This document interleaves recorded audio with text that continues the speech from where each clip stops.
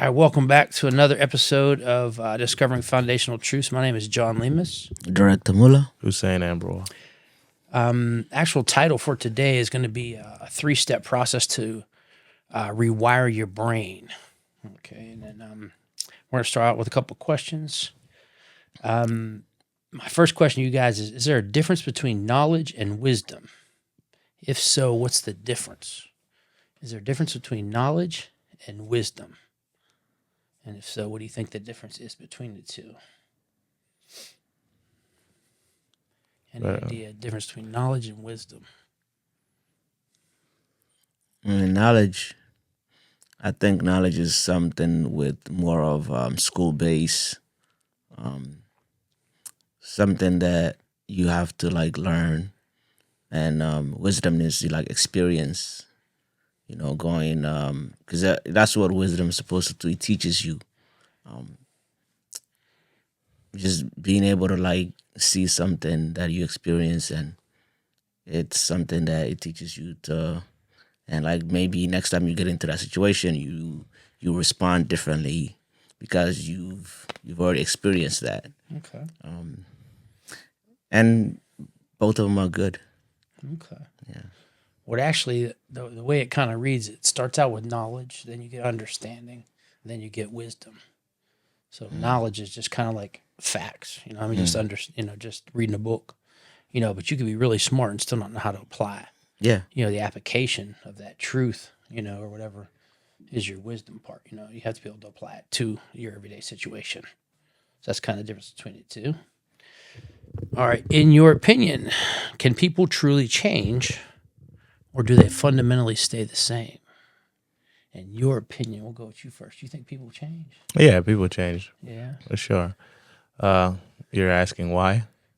Just like, you know, it says, in your opinion, can people truly change? Or do they just change for that situation and change back? It depends the circumstance, but at the same time, people can change, Okay. but they can still have their ways. Okay. Yeah, when you have What we're doing today is actually trying to change some of the fundamental stuff that you have in you. Because sometimes what you have in you, you know, was born in you, you know, between ages 0 and 7, some ideas and beliefs and stuff like that. And if it no longer serves you, then you have to change those, you know? So what about your opinion? You think people change? Yeah, people change for sure. Yeah. It's everything changes. It's just the way it's supposed to be. Okay. You have to evolve. The only thing that doesn't change is Truth. God, but the truth. But everything else has to change. Okay. God made it that way. Okay. What does it mean to lead a meaningful life? And how can someone achieve it?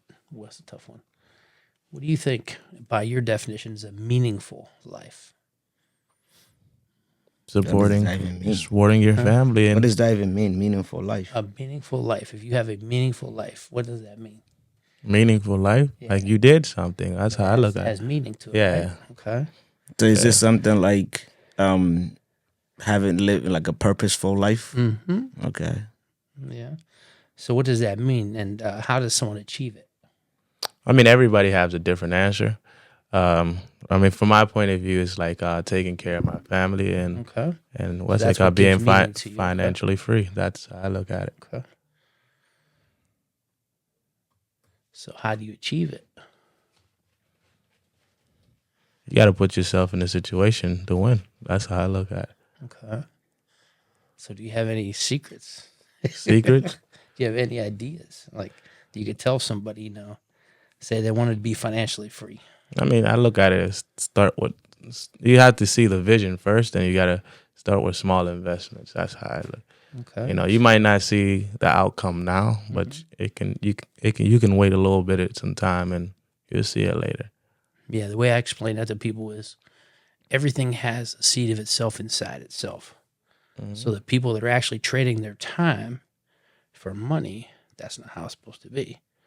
Okay? If you want to make more money, you're supposed to have your money work for you. For sure. Because if you're working for money, then money is your God. Okay? Which kind of hurts some people. Yeah. It doesn't hurt. It's the truth. Yeah, it's the truth. Yeah. But I'm saying if you learn how to make money work, you know, and make more of itself, that's kind of where you're financially free, because then you don't have to hook your time into your money, you know.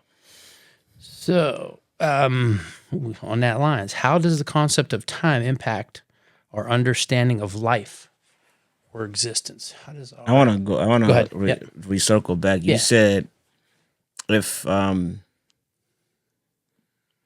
you have to work for money, then it's your God, right? That's Correct. what you said. Yeah, because whoever you're working for, they're controlling you. But God is not trying to control you though. Okay. So I'm trying to understand. I'm just trying to understand that because you have free will. Money controls you, and God gives you free will. So I'm trying to just dissect your. So you got to get to the point where you're making what it is, a physical thing, money. It's really a spiritual concept. Work for it, work for you, not you work for it. So it's controlling you, but it's not your God. Well, I'm saying whatever controls you is your idol or your God. Okay. Yeah. Yeah, if you allow it to control you. And God is another thing. If you allow God to control you, then he is your God. You know, so that's true. I think what we're not. I don't think we're understanding. What I'm trying to say is, God doesn't control you. That's what I'm saying. He wants you to. But when you want him to, you can. Yeah. You give him that choice. You Yeah, give up he your does. free- Yeah, he will help you. It's not really control you. Yeah. Exactly. Yeah. I think the word choice there. That's Okay. what kind of. Yeah. Yep. Okay, so how does the concept of time impact our understanding of life? Concept of time. Yeah, what is your concept of time, and how does it impact your understanding of life and your existence? I don't understand the concept of time. What do you mean about the concept of time? Past, present, future. Oh, okay. I get your point of view. So how does time impact your understanding of life? I mean, I learned from my past, and in the future, I have goals for my future. Okay. Present moment, I'm living it every day. Okay. What about you? Do you have a understanding how time impacts your understanding of your life? Obviously, there's a time to work. There's a time to kind of slow down. I'm trying to like think of it like that. I mean, honestly, I feel like There's a time to get married. Obviously, when you're 12 is not the time. You know what I'm saying? yeah. You ain't So making time has, So it's basically understanding, the moment, for you to actually make a decision, okay. depending on where you at. Like I think for me, it's not such as an actual age, or like I think it's more like a mental thing, and an understanding. So it's like combining knowledge and wisdom together, like to make that decision. I guess if I'm trying to like make sense. Okay. I'm not trying to put it like in time frame wise. Like Put it in your own words. Yeah. Okay.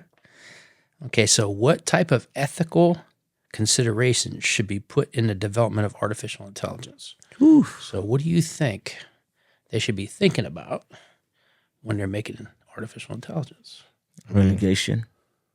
Be able to Regulation? yeah. Okay. So, Be able to relegate so who, it. and- who do you want to regulate it?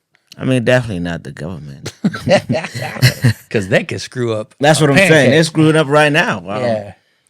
So in artificial intelligence, where are your ethical considerations?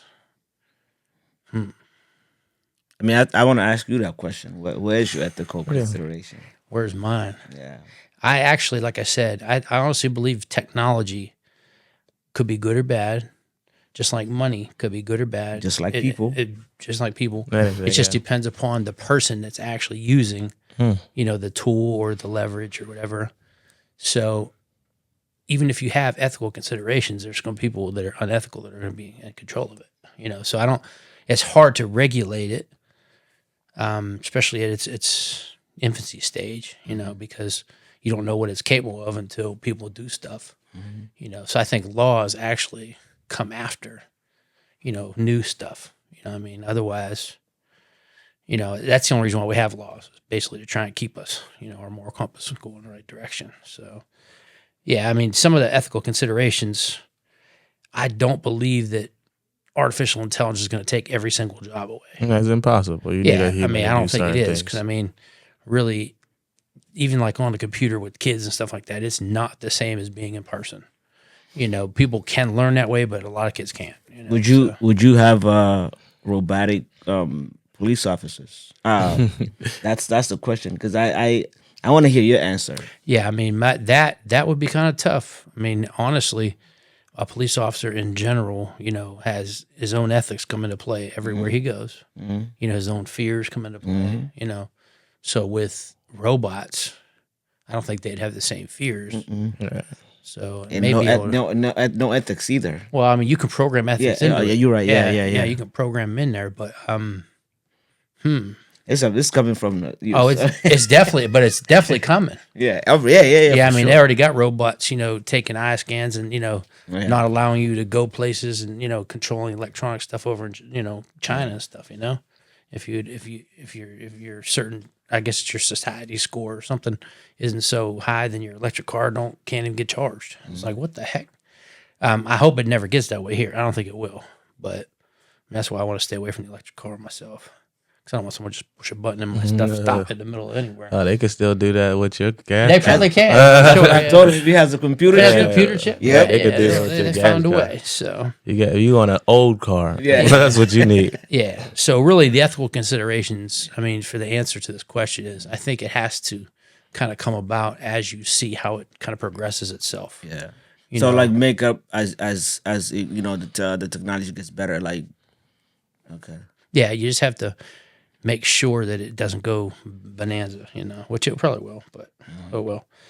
Okay, can forgiveness truly heal, or are there actions that are unforgivable? Yeah. Yeah, what? I mean, I don't forgive. Realistic, if you do something to me, ain't no forgiving nothing. Because I always, if I see you or think about it, I'm in that present. Realistically, Is that good or bad? What he's talking about? That's him, man. It's reality. I'm just I'm not asking. going. I'm I'm not going. not going to judge it. No, but But what is forgiveness for? forgiveness is for yourself. Yeah, it's not never for the other person. Yeah, I mean, I wouldn't call it forgiving. That's just that's too strong, innit? You just basically saying, I think you probably worded, but I think you're saying like, No, I'm his not heart- gonna forget. His heart is there. Yeah, I mean, for sure, I'm not gonna forget, and I'm not gonna forgive. My thing is forgiveness is for you, because Yes. if I do something to you wrong, and every time you see me, then you act different, then I'm in control of you. I hear That's your not point. what you want. I'm not saying that you have to forget and just interact with me again Yeah. like as nothing ever happened. That's not the idea. But be able to forgive is good. For sure, I got the point. But are there actions that are unforgivable? Are I'll there go with you, actions that's since unforgivable? He got about just about everything's unforgivable. So Yeah, I feel what do you like think? I mean, there's some things that I really been like. That's a question I've really been asking myself. So the answer is no. There's I no w- actions that are not unforgivable. No, like because you can forgive everything. Right? Yeah, it's just not to forget because that person showing you who they are. Yeah. When these things are done, You don't let him do it to yeah. you twice. Yeah, But yeah, sure. so Yeah. yeah, of course. Because I'm thinking about like, But I don't care what action it is, because if say someone comes up and takes the life of one of your children away, yeah, that could actually destroy your life. Mm-hmm. I'm not saying it's good or bad, right or wrong or whatever, but I mean, you have to forgive them for what happened Mm-hmm. and understand that God obviously allowed it to happen.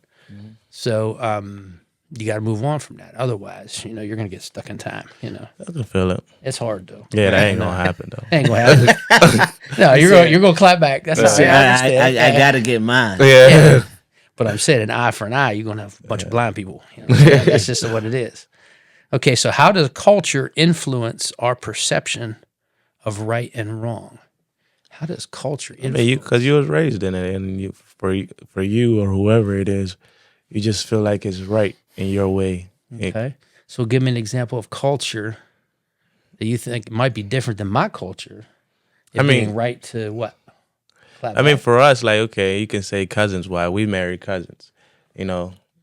I can be. That's a little deeper what I was talking I'm about. just but saying. okay, You it's said, a give me an cultural example. thing. It's a cultural It's a thing. cultural yeah. thing. We Okay, marry so you marry cousins. cousins. And yeah, my Americans wise, I might not marry cousins. They It do de- that in the South. It depends where far They you do it in go. West Virginia. So, but it's not really too That's where common Portland over. goes. But in general, we're just saying that can be a difference. Okay. Yeah. What about as far as depending upon culture, how you look at authority? Authority? Yeah. Oh, like your Um, parents and stuff. I mean, Or you or usually or an cops, or- authority. We care about cops. I don't give a shit about cops either. Yeah, so authority, like usually from a point of view in the household, usually I think is the same, but usually the man have to say so of whatever goes on. Okay. Yeah, hopefully it's like that in every household, but I don't think so. Nah, it probably isn't because we got issues out there. Yeah, All right. So if you had a chance to meet an alien, what would you ask them? Wow. One I question. feel like this question is straight to me. Straight I to feel you, this alien. personally. Yeah. Well, what do you want to know? Honestly, Not say that they're going to be all knowing. no, for sure. You might just meet the Yeah. the dumb aliens. You Yeah. might meet the Riri. Yeah. Honestly, it's like, I mean, if they're like far advanced, Uh-huh. I mean, the question that I definitely want to ask is like, would there ever be in a world where we can, travel interstellar? You know what I mean? Okay. Between stars. Oh, I was the thing that I was supposed to do it, but I feel like I don't have all the information yet. But like, be able to teleport. You know this. Yeah. But those are the questions that I would ask. Okay. Would you ask an alien a question? I don't even believe in that. Okay. That's Yeah. What about you, Liam? I don't know. I wonder if I even believe in that. I don't want to cop out with that answer, but I'm Yeah, I saying, mean, it is a if good I answer. actually met an alien, Yeah. We're not talking about illegal aliens now. yeah, not illegal. I've met a few of them. Yo, he acted up. I'd have to say probably, are we going to be all right? Yeah. To see if they got any knowledge of our future, Yeah. because they could probably time travel and everything else, Yeah. so they might know something we don't know. Interesting. All right, so how would you define true courage, and can it exist without fear? How would you define true courage? Manning up to things. Manning up to things? Can it exist without fear? Courage Yeah. without fear. It can exist without fear. Okay. I think courage. Everything has as a human, you always have to have that what if. But at the same time, you're like it's risking. You're taking that chance. How would you know it's courage if you didn't have fear? If you're not afraid of anything, then what makes you courageous? But I'm saying I believe like there's a little bit of fear. That's Yeah. what I'm saying. Okay. Because that's what makes it like rewarding. If it doesn't, like, if you plan out, say I'm trying to do it, if it doesn't go out, okay, well, I learned from that. But you always be like I'm worried like this might not go through the way I want. You have to have a little bit of fear. Okay. I mean, So I my guess- definition of courage isn't doing something in the absence of fear, like you have no fear. It's Yeah. actually doing it even though the fear is present. Yeah. You That's just, what I'm you trying just keep to- going. yeah. Yeah. That's the idea. So you do need a little fear to have courage, because you need a little bit of hot to understand cold. You need tall to understand short.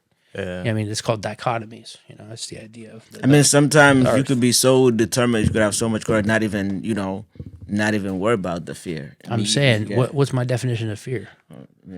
False evidence appearing appearing real real, yeah. in my head. So if I fear something, that means fear and faith can't coexist.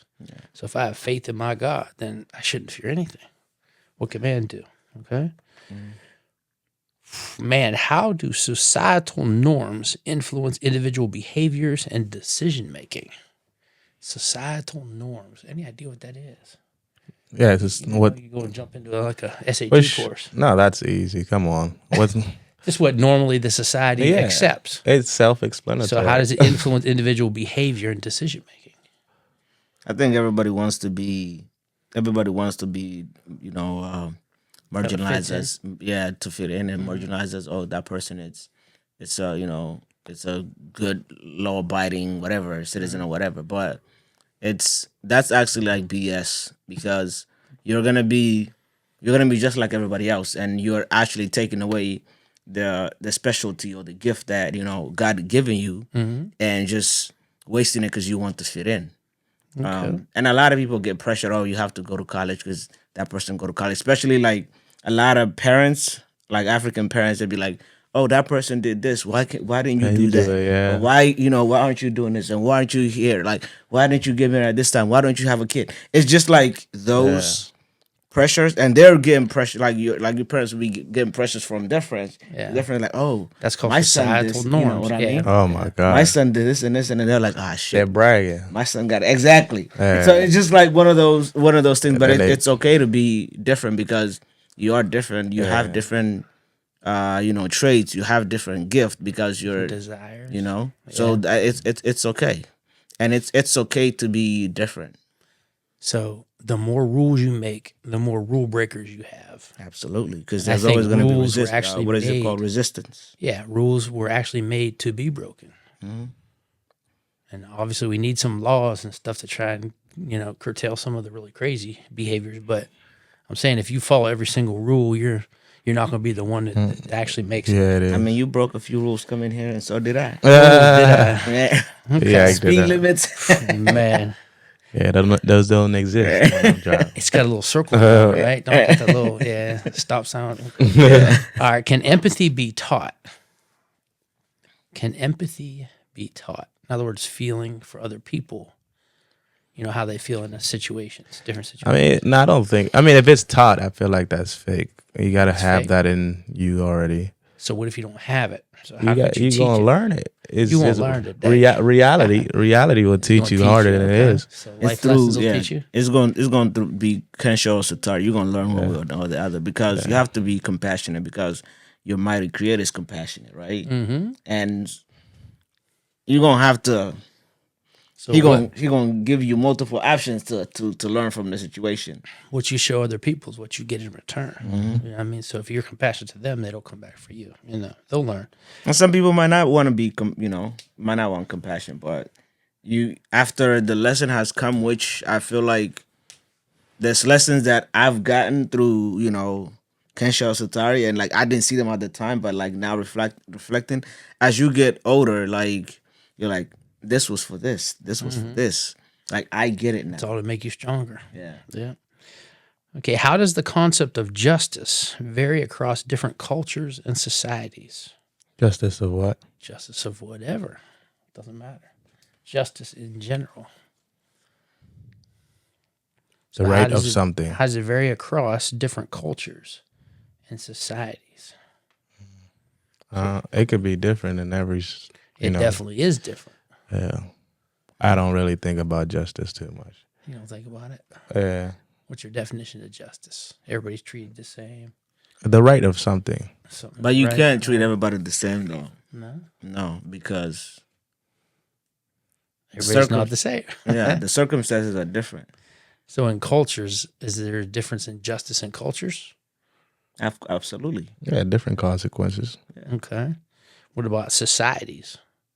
Like if you go over to China or something, Yeah, for sure. There's their rules. I'm telling you, Yeah. somewhere in Indonesia or something like that, if you steal something, they chop your hand off. They do that in Somalia too. That's what I'm saying. That's some justice I ain't never seen before. Yeah, but I for bet you But- there's not a lot of thieves. You know what I'm saying? Yeah. No, they don't have a lot of thieves. That's why Right. like they just walk away and like you can leave your thing nobody takes because it's more like setting like we're not gonna tolerate this thing, right? Mm-hmm. So You seeing somebody with a missing hand, you know? yeah, You know what's your wallet. exactly. Yeah. You got one hand left. You got the message. It's and I'm pretty sure like they don't.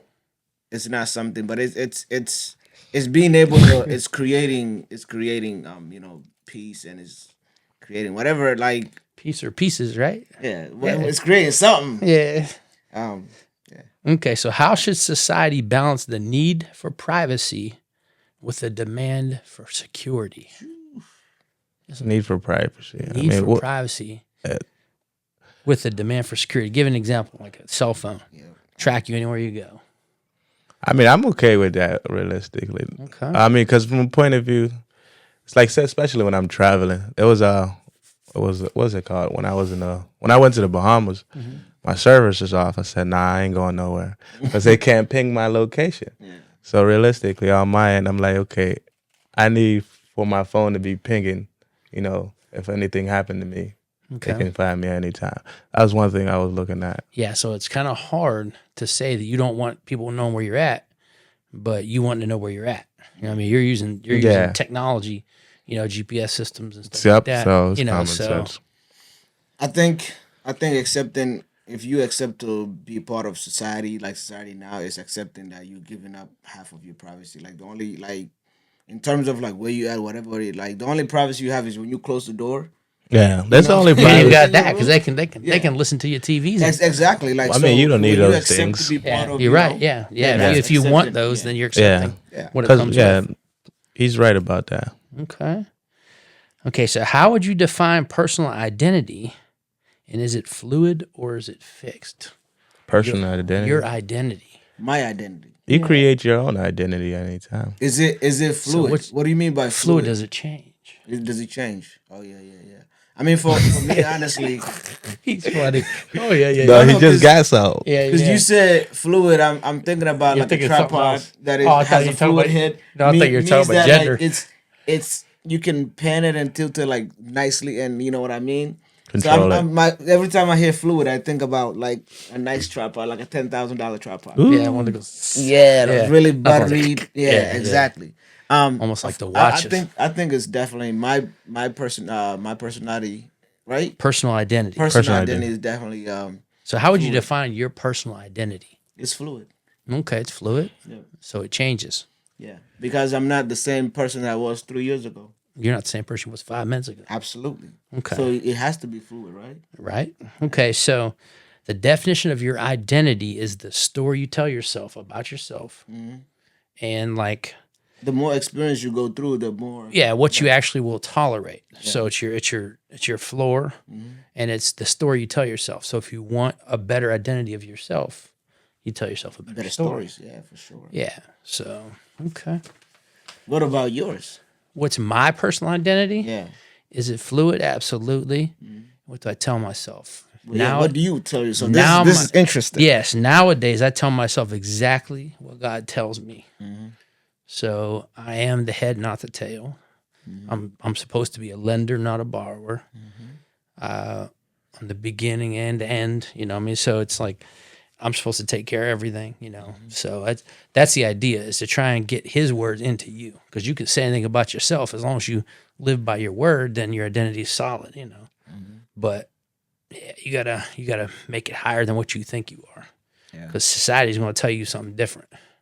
I mean, I'm only 5'10", chubby, and it's like that's not what you are. You know, what I mean, that's your body type. but- Physical body. yeah, so that's not That your thing identity. belongs right here too. Yeah. Gonna go right back. Yeah, well, yeah, it ain't gonna stay long. Okay, so in your opinion, what is the purpose of education, and how should it evolve? Wow, this one's a hard one for me. Yeah, I don't. What's the purpose of education? What do I you- mean, I don't have a purpose for it, but I had Somebody only had a a few, purpose for it, right? a few things that people really need: reading, writing, math, and all the other stuff is bullshit. Okay. That's I feel like the education system, all like it's supposed to turn people into workers, like not thinkers, right?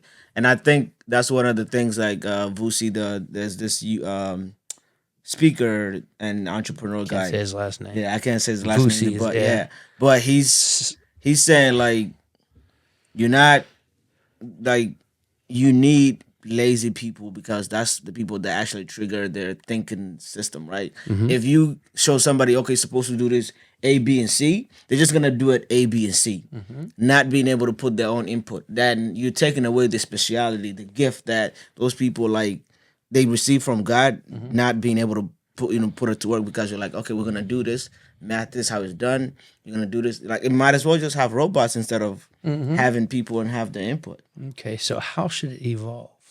You're saying it should go to 2 or 3 subjects? yeah, 2 or 3 3 subjects. That's yeah. all. Should it be 8 hours a day? No, like you can even stay on 3 hours, an hour, a subject. Other than that, I don't we, think they we should go give home. people homework too, because that's some bullshit. I never did Did you end that. up doing it? No, I know. No, you it's just like you said, like when you leave Yeah. work, leave it there. Yeah. Right. You got the message. Why are you taking it home? Home, Because yeah. now that you're not allowing that person to get their mind stimulated, they have to worry about this. So the more they can control, Yeah. then the more they can Yeah, control. a lot of teachers do that. Take take homework home and Yeah. they grade it and do all that. You ain't getting paid for that. Okay, so how does culture influence the perception of mental health and seeking help? How Yeah. does culture? I can only speak about yeah, your culture. my Yeah. culture. You know, like What is the? it's How just does like it we influence don't. the perception of mental health? I think like a lot of Africans, they don't believe in like what do you call it, therapy, right? And like to classify somebody who's like mentally ill, they would have to be like really mentally ill. Slowly. Like I'm talking about like have to Yeah, you got to show signs. it. Yeah, Yeah, show like It's signs. not just like Yeah, like slobbering on yourself. no, that's Yeah. like it has to be like really, really, really strong. Visible. And you can they don't believe in depression, like all that stuff. It's more like it's just like, all right, well, but it's because you have to do A, B, and C, right? So the first thing you do is make sure you're alive. You make sure you got food, and make sure you got food for the next day, right? So you don't have time to be like worrying about going to therapy or like, oh, this person is Yeah, they lived hard. mentally whatever. So like those are just cultural things that Okay, now my question to that is that a good way of looking at mental health for your culture? No, I don't know. Come on. I don't know if it's good or bad. I don't know. I don't know. That's Is it a not- good I mean, way looking at it? Yeah. Is it good, or are you saying Is it working? no? It's not working. Nah, not at all. I just It I- puts. go ahead. I'm just saying it puts people down, and if they do have something, they're ashamed to say it Say it, because yeah. somebody won't believe it. Okay. And I mean, for me, it's just I feel like there's A, B, and C, and those A, B, and C's outweigh your whatever mental issues you're going through, right? So if you're hungry, you're not gonna think about if if I'm mentally stable or not, because you got to eat first. Yeah. 'Cause that survival comes first, right? Right. So those are just the things that outweighs, and of course it's not. I agree with Wavy. It's not working, because people are ashamed and there's like a lot of things that like they're just not talked about or like accepted, and it is what it is, and like some people turn into whatever they turn into, and some people just deal with that pain for a long time. Okay. Well, my cultural influence is a little bit different than yours because we'll go to therapy in a second.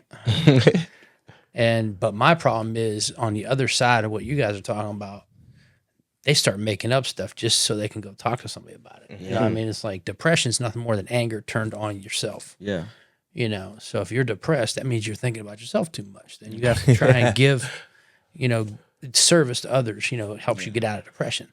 But I'm saying nowadays people are just making up terms to just, be included in, like a victimhood mentality that is not good. It's become a social phenomenon where people want to feel Yeah. included Well, as well. there's credibility in being a victim. You know what I mean? That's horrible. Yeah. Who wants to be a victim? You know what I mean, they're getting credibility for it, and they're talking about it on social media and all that. Forget that. Okay. All right. So, what role does culture play in shaping individuals' beliefs and values? What do you think? I mean, I'm not a big cultural person. Realistically, I look at it. I look at it from a point of view is you live your life the best you can. Then if you have some time to be with your culture, you can follow along with that. Okay. I'm just how I move. Yeah. Yeah, but culture don't really change my life. But did it Did it? shape did your it shape individual me? beliefs and values? Yeah, it has shaped me. Yes. But I stayed away a lot. I stayed away from a lot of his beliefs. Okay. I'm trying to think if my culture shaped my beliefs and values. I guess it did. Because most of your beliefs and values are actually shaped by the time you're like 7 or 8 years old. Yeah, because Yeah, I mean, it's like what you see, your environment, that's your, it's like your soul what that stopped takes in all me? that information. What stopped me from believing is like I don't see it working. Yeah. That's what stopped me from believing. Okay. Yeah. Yeah, if it don't work, it don't make sense. Yeah, Yeah. Yeah, some people, will keep doing something just because it's, their culture to do something. right. even if it ain't working for them. Yeah, that ain't making no sense. Yeah, it just does not, So, okay. So, can an individual truly overcome their past, or do past experiences define us? No, you can overcome your past because How do you overcome your past? don't worry about it and move on to Don't the. worry about it. It's gonna go away, You know, huh? you just gotta like they say, just like click delete and move on to the next one. Yeah, realistically, because the present moment, the present moment and the future is what matters. Because the past already happened already. You can't change it. So Okay. What can you do to it? We've talked about this. what can you do to it? Yeah, Learn from it. Learn from it. What Yeah. else? Let it be your driving force. But You can reframe it. Because it's all about what stories you told yourself about that situation. Simple as You can that. change that. You got story. that message. Yeah. So, what's the most outrageous conspiracy theory you've ever heard? What you think? Somebody walked on the moon. that's probably my second. But I think.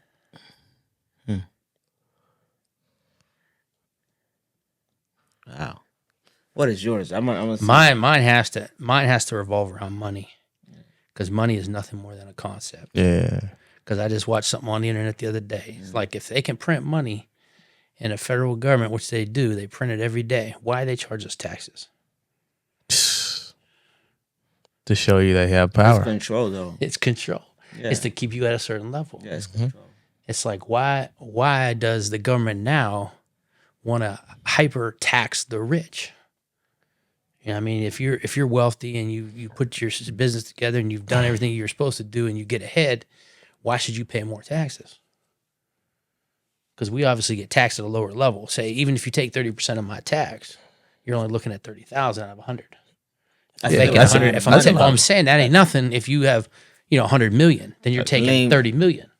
But I'm saying that it's still a lot of money. If you're taking $1 of money out of it, they're saying $100, I don't when care. you tax, they're Somebody's saying salary. 2 out of 2 days you get paid out of 3.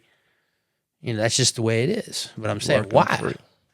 Why do they have to tax you if all they have to do is print the money? Because That's they can print it and do everything. You gotta ask the government for that, But you got to think about it. Imagine if you think about it, you'll everybody, know why. everybody. Imagine if they take thousands of dollars from everybody. That's a lot of money, and there's a lot of people in the United States. But they're the ones that printed that money. What's the difference? Like I said, we look I at said, money as such. they have control, from a point of view. So that's when they show you I'm the bigger man, and if you want to play with me, I'll show you more. All right. I mean, the only thing I would say about that is like, because they put the fear in you that money is important, right? And you can't live without it. I'm saying you go to a desert island, you got $10 million sitting in a chest.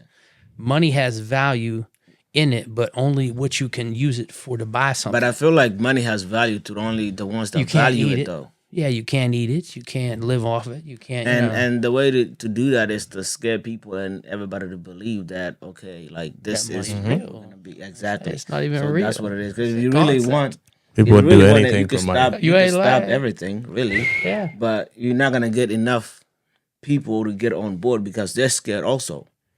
So I mean, why is the United States to spend so much money on the military to put fear? And that's why the dollar is the most well known. So why do we spend so much money on other people's militaries? Oh, to also protect the dollar. That literally, it's why it's the most like well known because it's all about perception, right?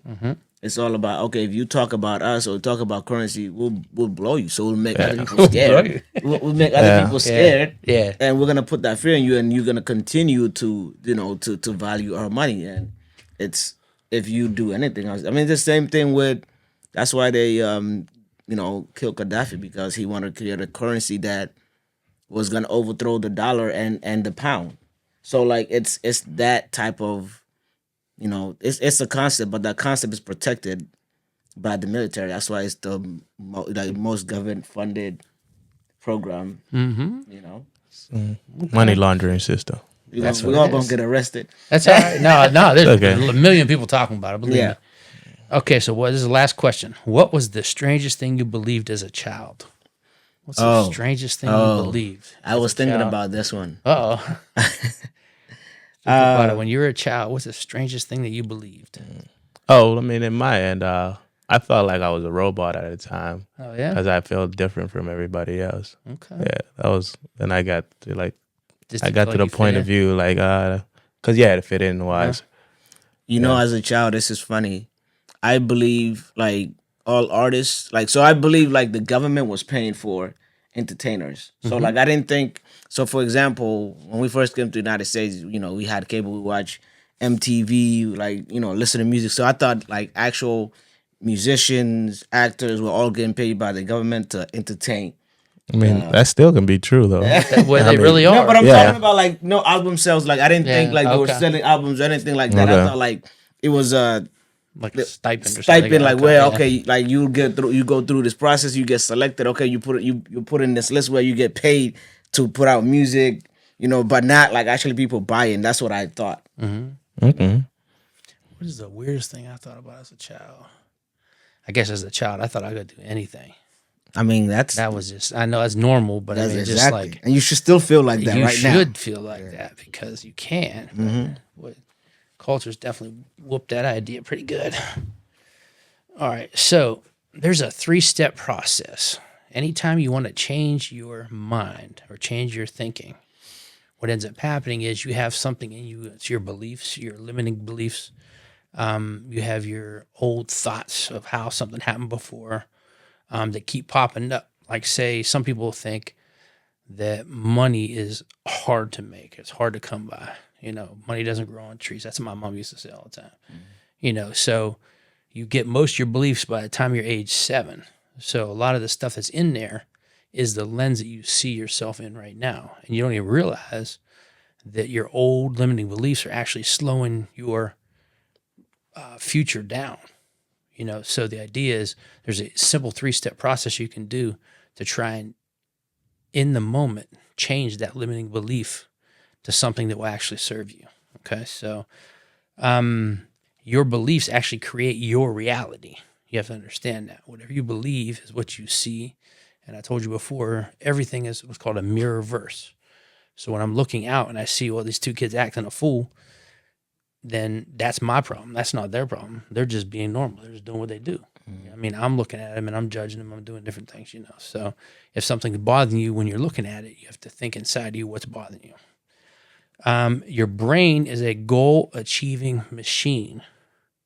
So you got to think about this. If you think money's hard to make and your brain is a goal-achieving machine, what's going to happen? You shutting down your brain. Yeah, your brain shutting you down. You know what I'm saying? You ain't going to be making money. You know, if you think you can or if you think you can't, you're right. So your brain is going to do what you think, you know, you want your brain to do. Okay, so so if you want to transform a belief, you must actually change your mind. By definition, where's your mind at? Not your brain. Your brain's in your head. Where's your mind at? Remember you talking about I don't know. Your soul is made out of your mind, 3 your things, will, yeah. and your emotions. Yeah. Yeah. So where is your mind at? I would say your mind is in your heart. Mind is in your heart. Well, you're not incorrect in saying that, but you're incomplete. Your mind is in your whole body. Okay. Every cell has a That's process to it. A Yeah. thinking process. You know, it's weird, you know, but your mind is your whole being, basically. So you want to use your mind to actually downregulate your nervous system. So you have a nervous system in your body. One's called parasympathetic and one's called sympathetic. There's two different types. Parasympathetic is when you're doing good things, you're relaxed, you're creative, that kind of stuff. Your sympathetic is when you're fight or flight. Okay, you have that from way back when in your limbic system in the back of your head, from when, you know, people were supposed to be chased by dinosaurs and stuff, you know, but that doesn't happen anymore. You have beliefs that you learned early in your life before age 8, and they're showing up today, but they no longer serve you. Okay, they are the emotional and psychological lens which you see the world through, and they become the same reason why some of your problems in your life keep resurfacing. So if you keep bumping your head up against a problem, it's probably a belief that you have to get rid of. Okay, so I'm going to tell you how to do that. So say lack of joy. You see people walking around, they're angry at the world. Okay? lack of joy around time, money, business, relationships. Okay, what you believe determines what you think on a moment by moment basis. Now, what you think determines how you feel, and how you feel determines what you do. Okay, and what you do actually creates your life. So your belief is at the bottom of that. That's controlling all how you think, how you feel, and what you do. So the belief is what you got to kind of attack. It's called attacking the root. You know, if I'm acting a fool in a classroom and I just yell at the person and they stop, okay, that's called knocking down the fruit. The fruit is actually, you know, how they're behaving, but the root is how you feel like you're supposed to behave. That's what you want to attack. You know, so, okay. So if you have something not working in your life, we can trace it back to a belief that actually caused it. Okay. So this process doesn't require digging up old trauma. Sometimes in therapy, what they'll do is they'll say, well, maybe when you were a child, your parents didn't let you get ice cream one day. They said you ain't worth it. You know, you ain't got the money. You don't have to know what actually is causing this for this thing to work. Okay, you don't even have to know, you know, what the limiting belief is. You just have to know that there is a limiting belief there. Okay, the way he explains it, there's two states of being. Okay, you're either happy or you're not happy. Okay, so happy is what's called a powerful state of being. That's joy, curiosity, excitement, peace, bliss, compassion, empathy. Okay, that's your powerful state of being. And your other state of being is your primal state of being. Okay, primal basically means it does not feel good. That's when, like, your stress, anxiety, anger, jealousy, when you compare, when you procrastinate, actually when you compete, when you feel like you're competitive, you have to beat somebody, that's actually a primal state. So the idea is to understand you're either in one of two states. Okay, so you're always in one of those states, either primal or powerful. These states of being actually map to your central nervous system. Your parasympathetic, which is your rest and relaxation, that's your powerful state. Mm-hmm. And sympathetic is where it's fight or flight or freeze or join. That's your primal state. When you want to create something, okay, you want something new, a new idea, a new belief, you cannot create from a primal state. What it is? Okay, for the fight or flight, because first of all, your frontal lobe shuts down because now all the blood kind of rushes to your limbs and you're ready to either run or you're ready to fight. Mm-hmm. You know, so when you want the blood to go to your head, that's when you got to be in that powerful state. So when you want to create, you find an answer to an issue, it comes from the powerful state or the parasympathetic state. You can't be in both states at the same time. So an example is you can't be angry and curious. You can't be, let me see here. Can't be curious and bored at the same time. Mm-hmm. Okay, so it's either do you feel good or not. Okay, if you feel good, you're in a powerful state. And rest and relaxation is part of that powerful state. Sometimes it's hard to label the emotion you're feeling at the time, but you know whether it feels good or not. If it doesn't feel good, that means you're in primal. If it feels good, then you're in a powerful state. Okay, so the only thing that determines if you're in a powerful state or in a primal state is your own thinking. This is where you guys got to get this real good. Because there's going to be some type of action happen or some kind of thing happen in front of you. Okay, whether you feel good about it or feel bad about it is what you think about that actual idea or whatever's going on in front of you. Okay, you can not think about it at all, you know, which I do sometimes in school, and I just let that, you know, lesson just kind of play out all through its own thing. So I keep my state of being in a powerful state, allowing that to just to play out. So it's not really the experience you're having, it's the meaning you're giving that experience. Just like you were saying, sometimes when you think about, well, your mom passing away, I mean, it's, A, she has to go. B, she taught me everything I need to know. And, you know, it was just that time. It's time. So when it's that time, you can stay in that powerful state. And it doesn't, some people, when their parent dies, they're done for 10 months, 2 years, you know. They're like, I can't believe she left. That's the ego talking. Yeah, somebody was telling me a story about having somebody's parent losing, and that person just went AWOL. People go crazy sometimes. Yeah. Because they already have a feeling of either they're not enough or a feeling that, you know, somebody doesn't love me because maybe their dad left. Yeah. Now they lose their mom, it's over. You know what I mean? Now they have nothing left. They've been relying on that parent for a long time, yeah. For more than what they should have been. You know? Yeah. So it's actually the thoughts about the experience that will determine whether you stay in a powerful state or primal state. Okay, the trick to it is when you're in a primal state, know that it's your own thinking that took you into that state. You have to take personal responsibility. Basically meaning that you should be able to respond as opposed to react to something, able to respond to the situation that it is needed. You know, sometimes in a safety situation, I'll react more. You know, if something like, say, a kid starts to walk across the street and I see a car coming, there's going to be a reaction. I'm either going to scream, I'm going to run out and try and help them, you know, but that's the only time I'm going to go into that primal state is when security is involved. Mostly everything else, you can stay in that powerful state and allow that situation to kind of play out. So for example, kids acting up isn't taking you into a primal state. It's your thinking about that issue that takes you into that primal state. Another example, you get terminated from your job. First thing you think about, and not you, but because neither one of you guys got a really good job. First thing you think about, well, I can't pay my bills, you know, I'm going to be homeless, you know. It's just, like I said, they take it to, it's called catastrophizing. Yeah. They take it to the nth degree. Sometimes losing a job is the best thing that could ever happen to you. Open you another door. Yeah, it's- that's what it's- happened to me. Absolutely. And even me, like I've had a job for my whole life, but owning a business now, not really owning, but running it, you know, being it's still a job, but Yeah. running this business has opened up my eyes to, you know, the difference in level of income and, you know, so, but it's all, Do you feel like it's time to? is it? Yeah. She's talking about, I'm telling you, she's talking about buying more dogs. It's like, I'm dropping seeds and she's listening, but she has a trust issue that I'm, like I said, I'm going to explain this to her a little bit, how she's going to change this idea in her head. Cause I don't know where this trust belief came from, but she does not trust anybody, you know, but like I said, until I do that, then we're not going to really have a business. Yeah. You know, we're just going to I can continue feel it. doing jobs, you know? Right. So, but she's talking about buying, you know, like $10,000 or $15,000 worth of dogs, about 2 or 3 dogs. I'm like, do what you want to do. You know what I'm saying? It's a I'm business, you not know? gonna do the work. Yeah, just the idea is I have to get to the point where I just don't show up all the time doing the work. I'll That's be what back. you sign up though. As a, you know, I mean, you know you know what you said. But my thing I is though, if I do that, I'm not helping her at all. No, you're not helping yourself either. 'cause- Either. Yeah, neither one's getting happy. All right. You know, it's to die to self. So you know, might as well die to self. Yeah, I feel like I'm dying sometimes. Okay.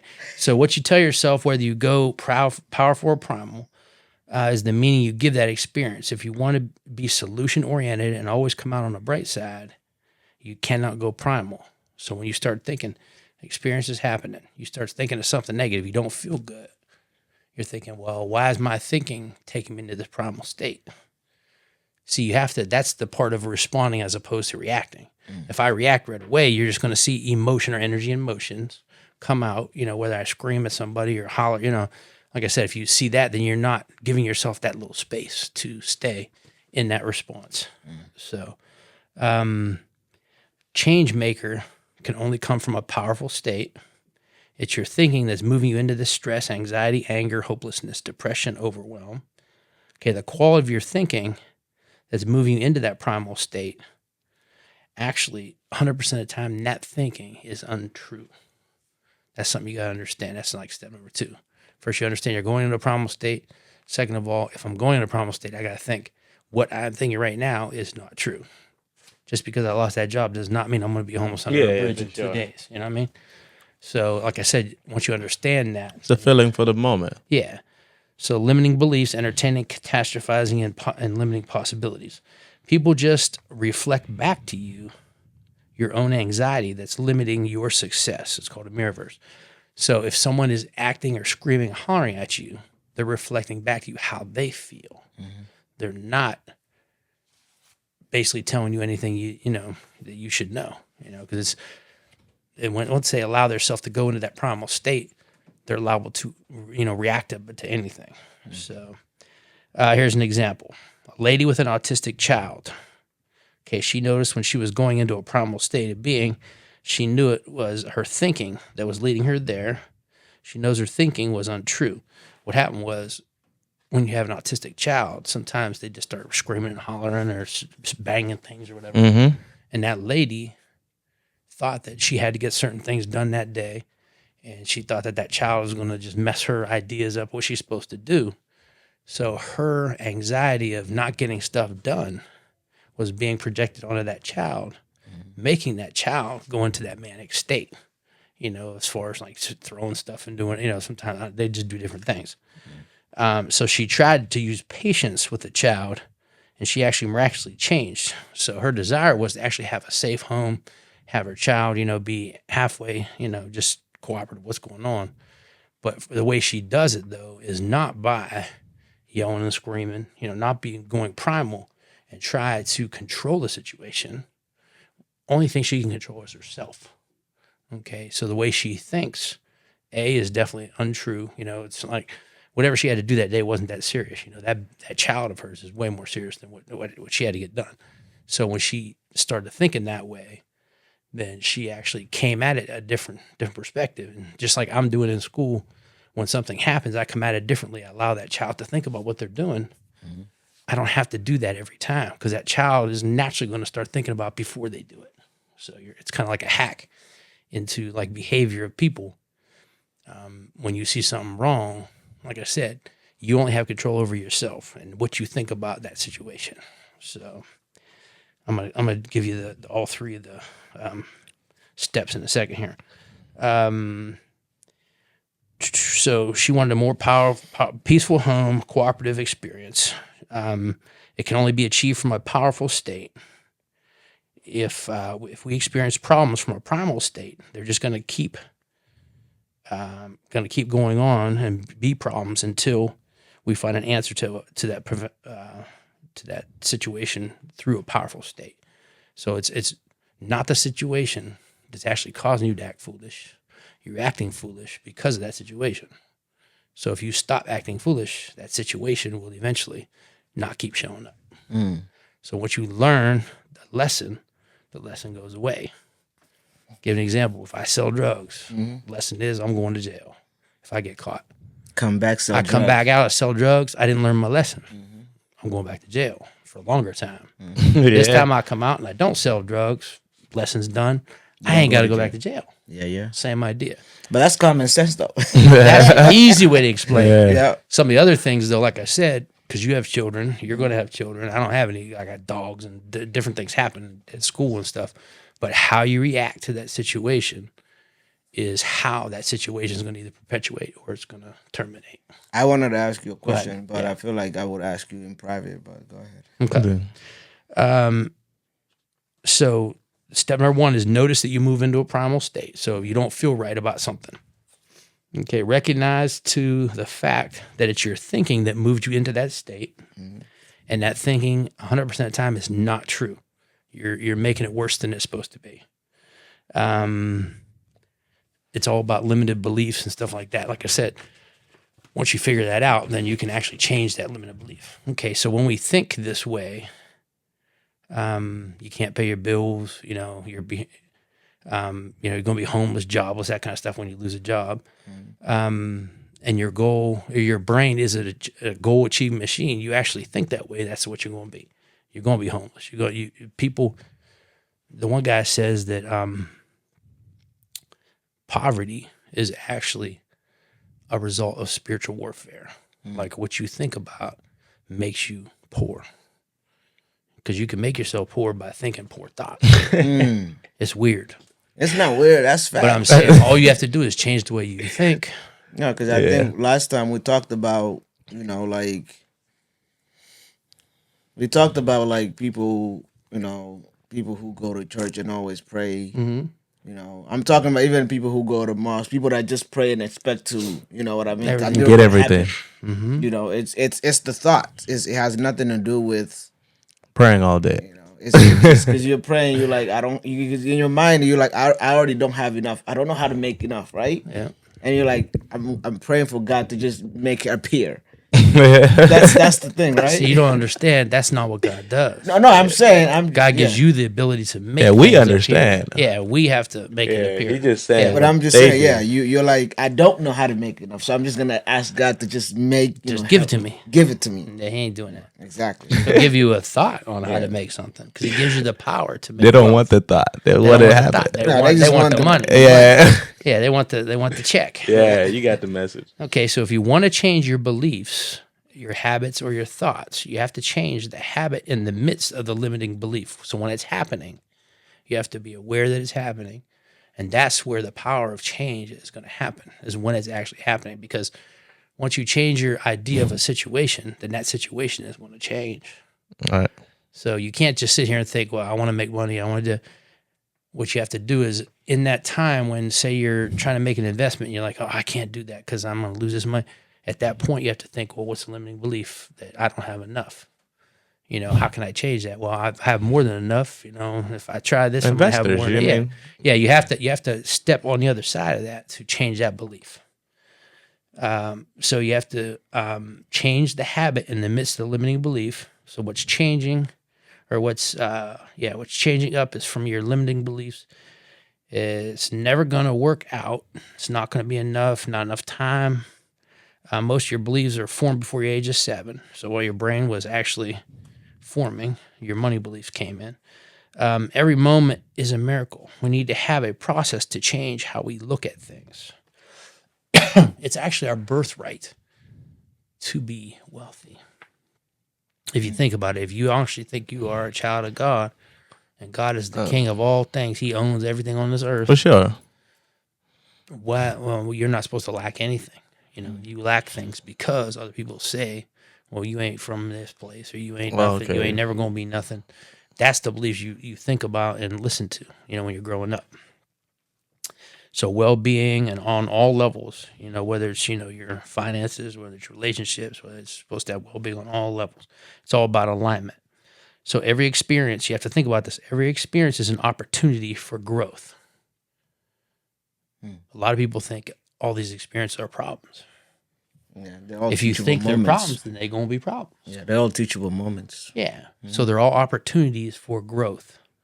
So if you think about that, that's just a different way of thinking about an issue that you're dealing with. Well, it's an opportunity for growth. Once I get through this, I'm not going to have to deal with this anymore. Right. Okay. So to have more, to become more, abundance, well-being. So we have an ability to respond, which is called responsibility, when limiting thoughts or beliefs show up, so we can grow and develop into a higher being. Okay, when I notice I'm moving into a primal state, all I do is check in with my thinking. Okay, I have to think about, what am I thinking right now? Change that thinking, understand that's a lie. You know, it's one of my limiting beliefs, and then, you know, actually think about what God says about me. That's what I do. You know what I mean? Because what he says about you, you know, is going to change your whole mindset. And how do you know that it's a limiting belief? Because it doesn't feel good. You know, it goes back to the primal state or the powerful state. If it don't feel good, it's a lie. Because God wants you to be well-being. He wants you to be, you know, successful and be all you can be. That means you're out of alignment with what God's saying is true. If that's not true, then what is true? Awareness that I will always have enough. I will be enough. And when I'm done, there will always be more than enough for other people. Okay, because like I said, everything on this earth has a seed of itself inside itself. So consumption of something causes production.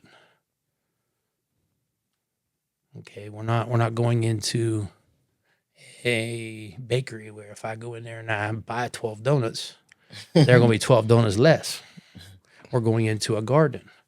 Okay, when I eat an apple, what happens? The seeds come out, the seeds fall down on the ground, and you make more apple trees. Simple as that. So consumption causes production. Okay, just a different way of thinking of things. So you downregulate your nervous system, you feel safe, you start having ideas on how to have more, how to make more money, how to have more joy, how to have better relationships. So your pattern break is this. This is your tool number 1. Notice when you're in a primal state. That means you don't feel good about something. That's step number 1. Take a look at your thinking. I'm not enough. He shouldn't have yelled at me. This isn't going to work out. That's your thinking. They should be doing this, you know, that kind of thing. The third part is notice that that's not true, because they're going to do what they feel like doing. You know, so you don't control them. So you only control how you react to that. So if it's not God's will for you, give yourself a little space and stop thinking that. And then the 4th step could be ask for the right perception. You know, what does God say about, you know, the situation? Yeah, we're almost done here, brother. Ain't in no rush. So the idea is you want to put reps in a new direction. So every time something happens, if you think this way, eventually it's just going to become automatic, as opposed to going into a primal state and then 2 or 3 days go by and you still don't have the answer to what's going on. That's a long time. Yeah, it's a long time. So, so you want to change your limiting beliefs and a trauma projection into get to the point where you kind of walk into the But promise. do you feel like you are you take you take risks. Mm-hmm. You think positive. Mm-hmm. You listen to affirmations that are positive. You talk positively about about yourself. Mm-hmm. And then you still don't get the answers that you want. Are you probably getting the answers that you need, or like what's in that like mind? What is in that play? So if you are thinking positive, doing positive, eventually it will be positive. Yeah. Now, it's not on your timing. Okay. That's the problem. Yeah. You want it today. When you plant No, corn, it's facts. when you plant corn in like February, March, whatever, Yeah. or April, May, something like that, then it comes up in July, August. You know what I'm saying? So it's just like, You gotta keep. what you reap, is what you gotta- sow. You gotta let it marinate. You gotta get the right environment there. You gotta, feed it nutrients, and eventually it'll come. Okay. But whenever you start to go negative or primal, it's gonna it's be like, right now the corn around my house is about right here, but there's no real hustle in the corn right now. So a lot of them. So if I went in there and I pulled it up, it's like that thing ain't never gonna produce corn. Yeah.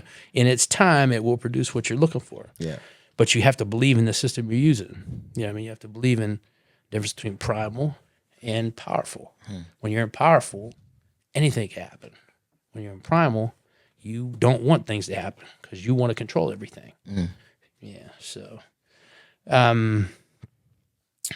feeling good, no problems, perceiving we only have opportunities to respond and not to react. It's no choice controlled by environment or situation. The problem is never the problem. This is kind of like the wrap up. The problem is the perception of the experience. If you change your perception, then you change your life. For sure. Change the thought. And it's instantaneous. It's not like you got to work on it for 10 years. It's just Yeah, how you yeah. look at something. You change your thought from When the you beginning. change the way you look at something, what you look at changes. All right. So the answer is not to hustle and grind, not to get lucky. It's to identify the resistance or limiting belief that's keeping you from the experience you're looking for and changing it. When you change it, then, like I said, the whole situation changes. So I have a bunch of limiting beliefs I was going to go over probably next week, but just because you got to be aware of what the limiting beliefs are. Yeah. What are they? Well, I'm just saying, like, I'm never Something enough. personally, there's yeah. not enough. There's not enough resources in this world. It's just a bunch of lies that people tell us to try and control us. But just Money's real. Yeah. Money is not real though. I mean, I've been talking about it's a concept that. Concept. Yeah, it's a concept. It's a They- value. It's they coulda something made you them- trade. Yeah. They could have made money bananas. We'd have been collecting bananas. You or ain't anything. lying. Yep. Yeah, we put I value mean, to it. at, make at it. one point, gold was the current currency, Yeah. and silver too. Yeah, Yeah, gold and silver. They Standard should used sell to salt. match. Remember salt? Salt, yeah, and during the trades too, the Arab and the Yep, that African used to joint be trade. I money. don't think it ain't gonna go back to that. Oh. Everything is cyclical. Yeah, okay. Yeah, So it's salt. probably coming back. Yeah, that's that.